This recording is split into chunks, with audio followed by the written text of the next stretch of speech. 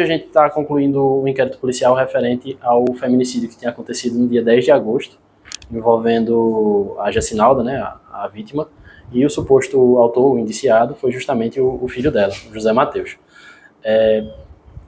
Eu gostaria, inicialmente, né, na verdade, de agradecer algumas instituições que colaboraram demais para a conclusão da investigação. Obviamente, não posso deixar de falar sobre a minha instituição, a Polícia Civil, sobretudo o pessoal do plantão, que realizou toda a situação flagrancial lá no local, enfim, que foi presidido por Dr. Bruno Barcelos. Também gostaria de agradecer o pessoal da DEFU, porque uma parte do procedimento não aconteceu propriamente no dia dos fatos. Havia uma situação anterior que estava sendo investigada preliminarmente por parte da DEFU, que a gente anexou ao nosso procedimento porque foi relevante para chegar ao deslinde do feito.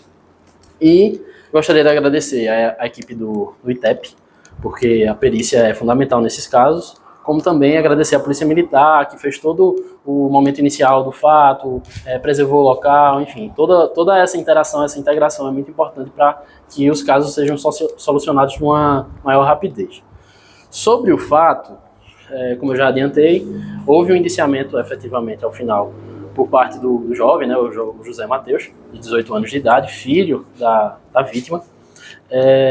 Foi indiciado por homicídio qualificado, sendo 3 qualificadoras. A questão do feminicídio, a questão do modo cruel como foi realizado o homicídio e também relacionado ao motivo torpe. Sobre a questão do feminicídio, é fácil de se entender, justamente porque envolvia uma questão envolvendo mãe e filho, violência doméstica, enfim. Relacionado à questão do motivo torpe, pelo que foi observado, a motivação do delito foi justamente a questão envolvendo dinheiro por parte da vítima junto com o autor. Como eu já falei, a vítima era mãe do autor. O que aconteceu logo no início, que é justamente a questão que envolve, por exemplo, o boletim de ocorrência que foi feito na DEFU, é que no dia 2 de agosto de 2023 aconteceu uma subtração de um valor da conta de Gessinalda.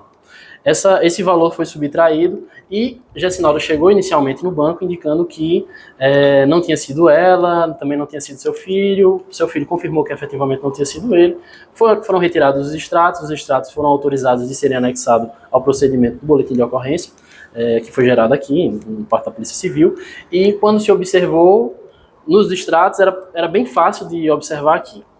A conta, foram 2 extratos, na verdade, o extrato da conta de José Matheus e o extrato também da conta da Gessinalda.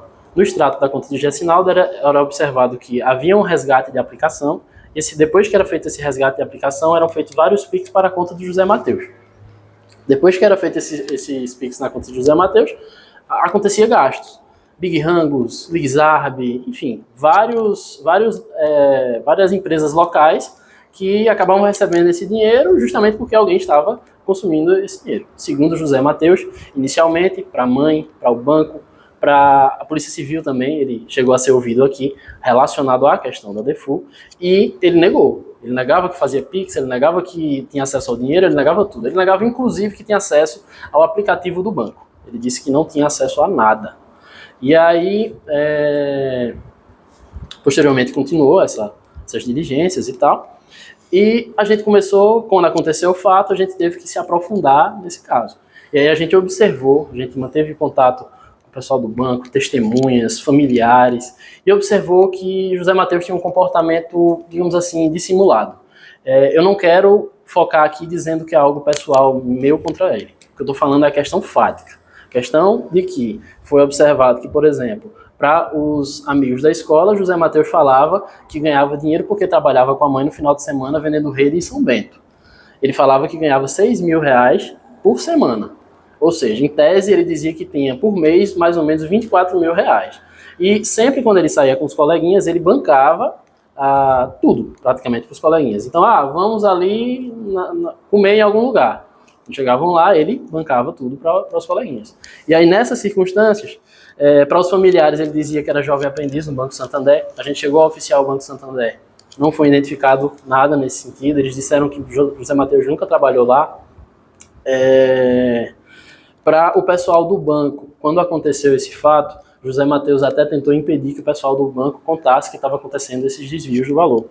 E aí José Mateus disse que a mãe era uma pessoa muito ruim para ele, que na verdade ele recebeu de uma herança de um tio dele, que seria do exército, e quando ele recebeu essa herança, ele tudo foi para a conta da mãe, porque ele na época era menor de idade. Lembrando que José Mateus ele completou 18 anos em maio agora. Então, nessas circunstâncias, o pessoal do banco verificou que estava acontecendo alguma coisa errada, mas essa questão da herança, entre aspas, não importa para o banco. O fato o dinheiro estava na conta de Gessinaldo, exatamente. E essa versão que ele contou não se confirmou. Como já deu para perceber, para cada grupo, digamos assim, social que ele frequentava, ele contava uma história diferente. E aí, nessas circunstâncias, foi observado que, pelo que foi visto, extratos bancários e tal, ele estava realmente realizando a subtração dos valores da mãe.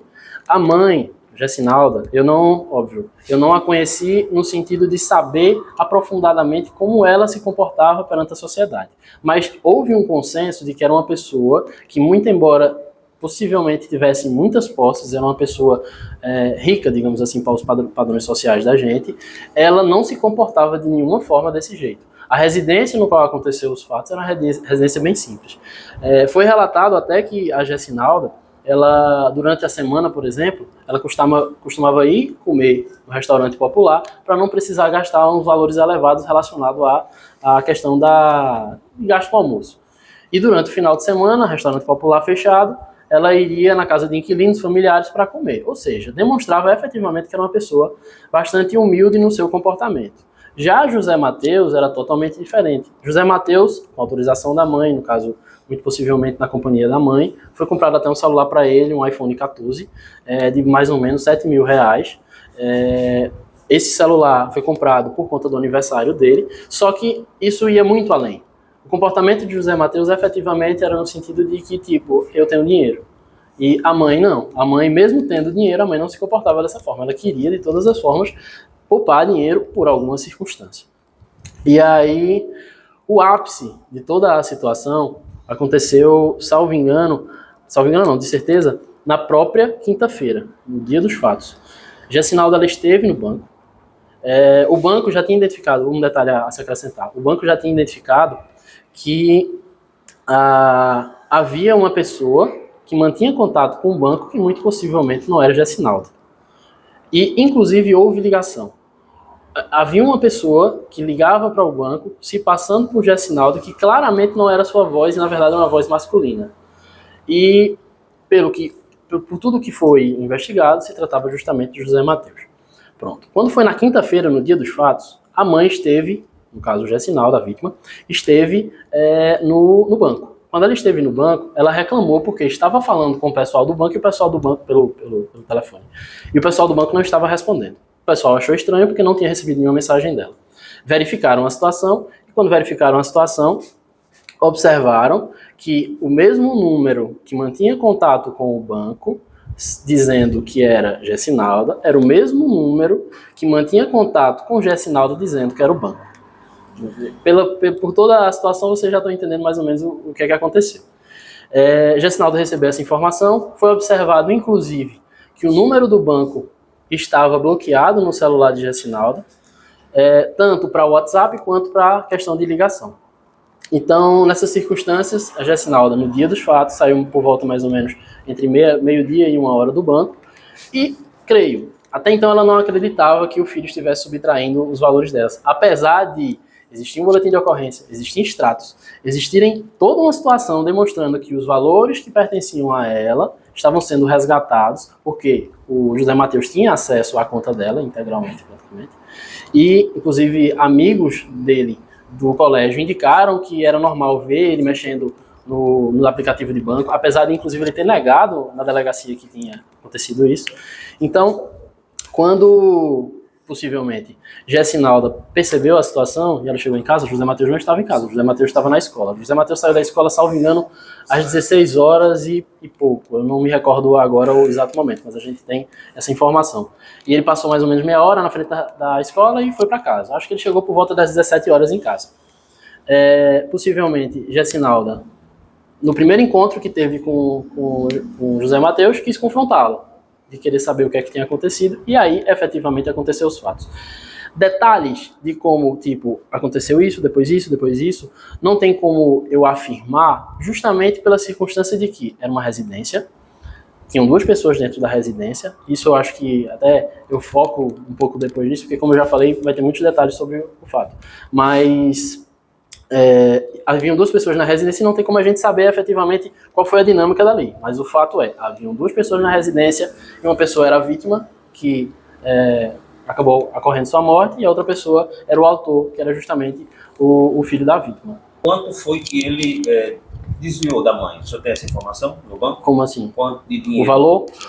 O que eu tenho de informação que eu posso passar é justamente o que consta nos autos, porque a gente teve acesso por conta do boletim de ocorrência relacionado à DEFU, e esse acesso que a gente teve, inclusive, foi autorizado pela própria Gessinalda e pelo próprio José Mateus em 2 de agosto de 2023. O valor inicial era R$ 31.200, salvo engano. Sobre como ela se encontrava, foram 3 instrumentos utilizados para o crime.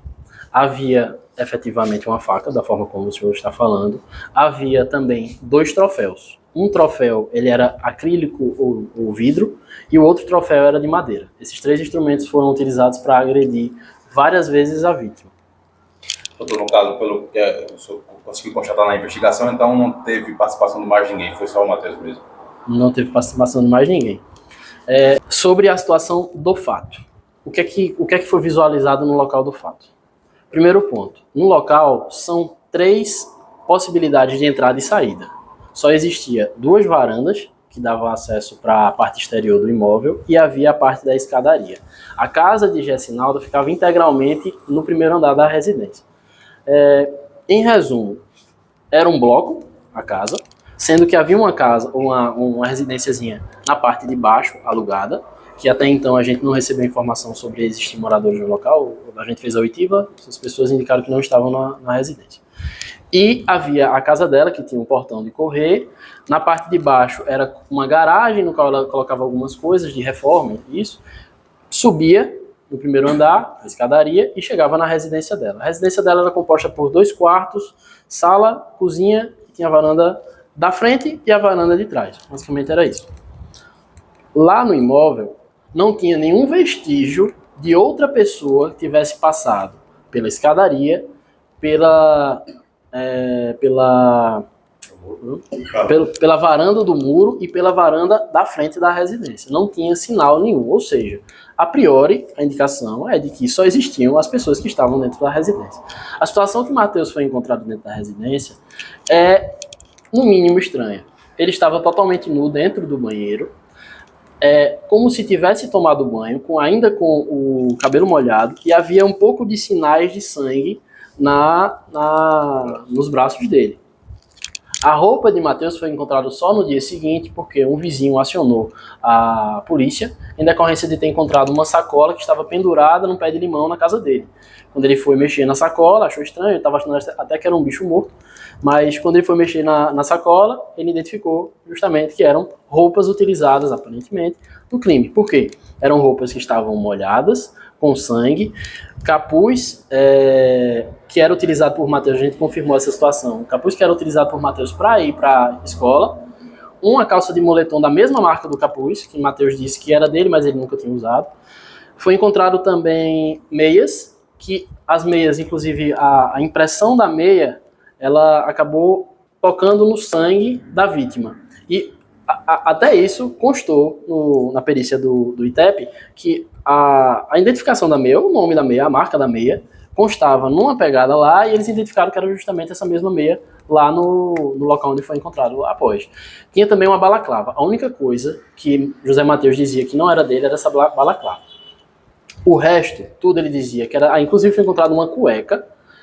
Todos esses objetos, exceto a balaclava, todas essas vestimentas, exceto a balaclava, tinham sinais de sangue humano. Ainda não chegou a confirmação relacionada de quem seria esse sangue e tal, mas isso a gente está aguardando o ITEP concluir. Doutor, para a polícia, ele agiu sozinho, doutor André? Agiu sozinho. Como eu te falei, não tem nenhum vestígio de que existia uma outra pessoa dentro da residência. É importante salientar também, aproveitando a pergunta de Cardoso, é que a situação é totalmente diferente, por exemplo, de um crime que envolve disparo de arma de fogo.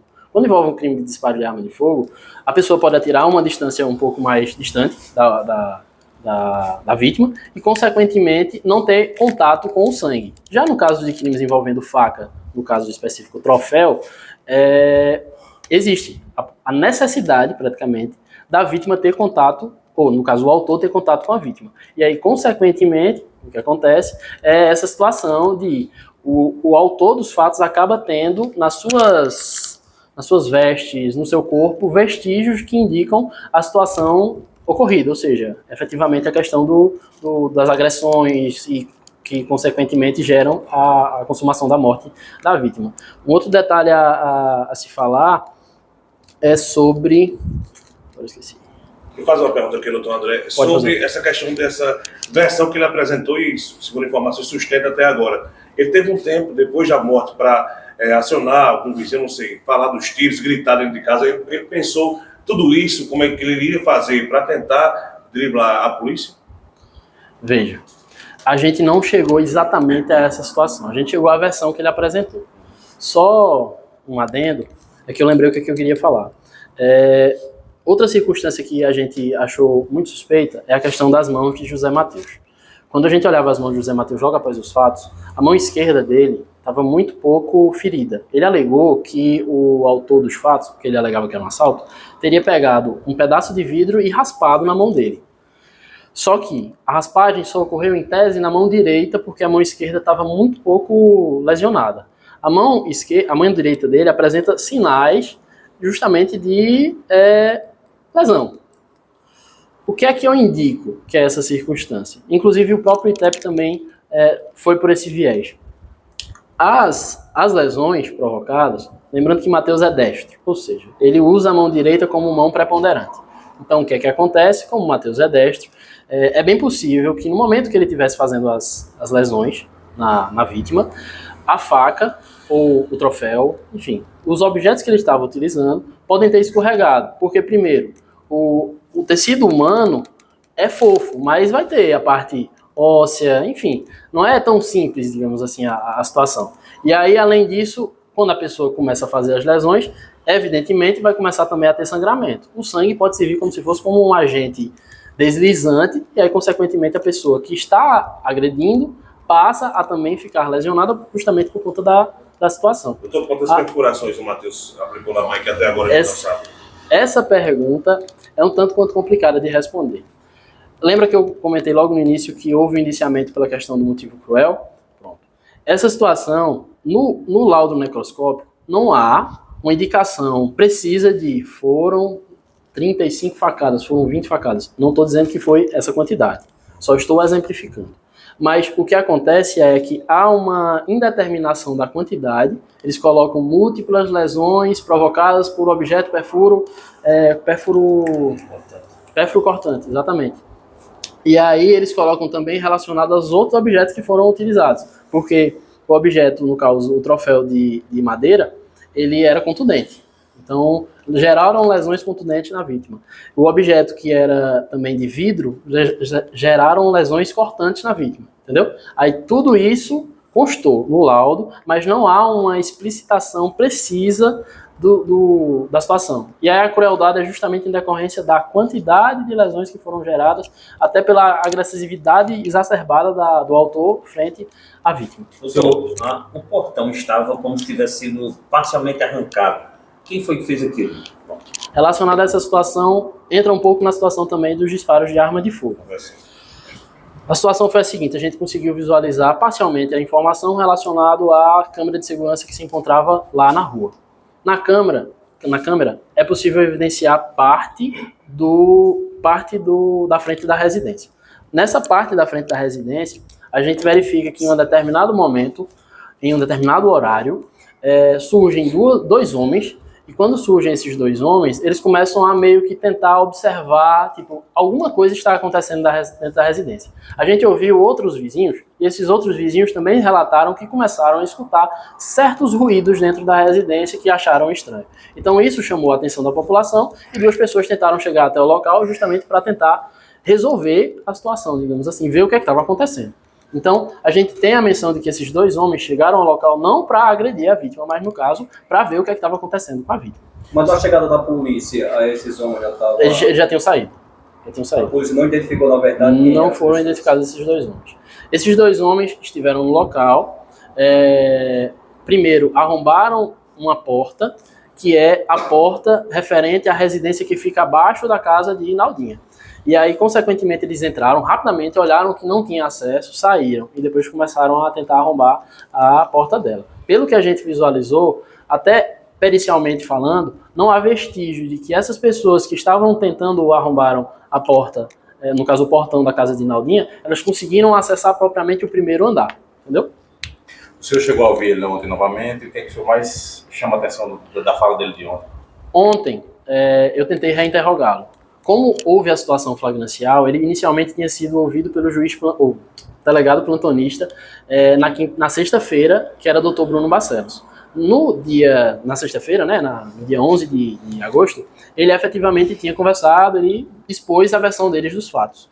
Mas quando foi ontem, no caso na sexta-feira, eu chamei, depois de juntar todo o arcabouço informativo referente a esse inquérito policial, eu chamei para ver se existia a possibilidade dele apresentar realmente a versão dele, no sentido de vou manter o que eu estava falando, vou mudar, enfim. Quando eu conversei com ele, ele se manteve em silêncio. Ele preferiu não falar nada. É sobre o banco, né? Oi? Não é sobre a questão do banco que o senhor... Não quis falar nada. Quis manter integralmente em silêncio. O direito dele foi respeitado. Os familiares dele, o senhor chegou a conversar, o que é que eles falaram para o senhor? Cheguei a conversar com alguns familiares. Existe familiar que não acredita de jeito nenhum que possa ter acontecido o fato. E existe familiar que, desde o primeiro momento, já indicava que entendia que a versão apresentada pelo José Matheus era muito frágil. Inclusive, só para lembrar mais uma coisa, eu já, antes mesmo de conversar a entrevista, eu já tinha dito a vocês que o caso tinha muitos detalhes, até que a entrevista está ficando bem longa. Mas uma coisa interessante é que José Matheus, salvo engano, já chegou a ser assaltado 3 vezes ou 4 vezes. Numa dessas vezes, toda a dinâmica dos fatos lembra muito a dinâmica que José Matheus apresenta referente a esse fato. Então, o que pode acontecer? Numa interpretação relacionada a esses fatos, ele pode estar rememorando essa situação para tratar a respeito desse fato.